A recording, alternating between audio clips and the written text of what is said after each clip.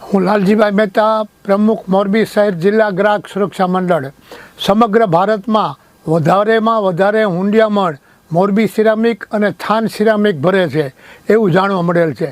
પરંતુ કમનસીબીની વાત એ છે કે સરકાર તરફથી રોડ, રસ્તા કે પાણીની વ્યવસ્થા આ સિરામિક ઉદ્યોગને નથી એવું જાણવા મળેલ છે. હાલે ચોમાસાની સિઝન છે અને આપ જોઈ રહ્યા છો કે રસ્તાની પરિસ્થિતિ કેવી છે, કેટલો ટ્રાફિક જામ છે. અમારા ગ્રાહક સુરક્ષાના સદસ્ય ઘનશ્યામસિંહ ઝાલા અને મહામંત્રી રામભાઈ મહેતાએ આ રોડની તપાસ કરી અને માર્ગ અને મકાન વિભાગને જાણ કરી. હવે પરિસ્થિતિ એ છે, જાણવા પ્રમાણે મોરબીમાં 250થી 300 સિરામિક ઉદ્યોગોના કારખાનાઓ બંધ થઈ ગયા છે અને હજુ પણ વધારે થાય એવી ચર્ચા થઈ રહી છે. તો સરકારે આ ઉદ્યોગને બચાવવા માટે સહાયની જરૂર છે. વધારેમાં વધારે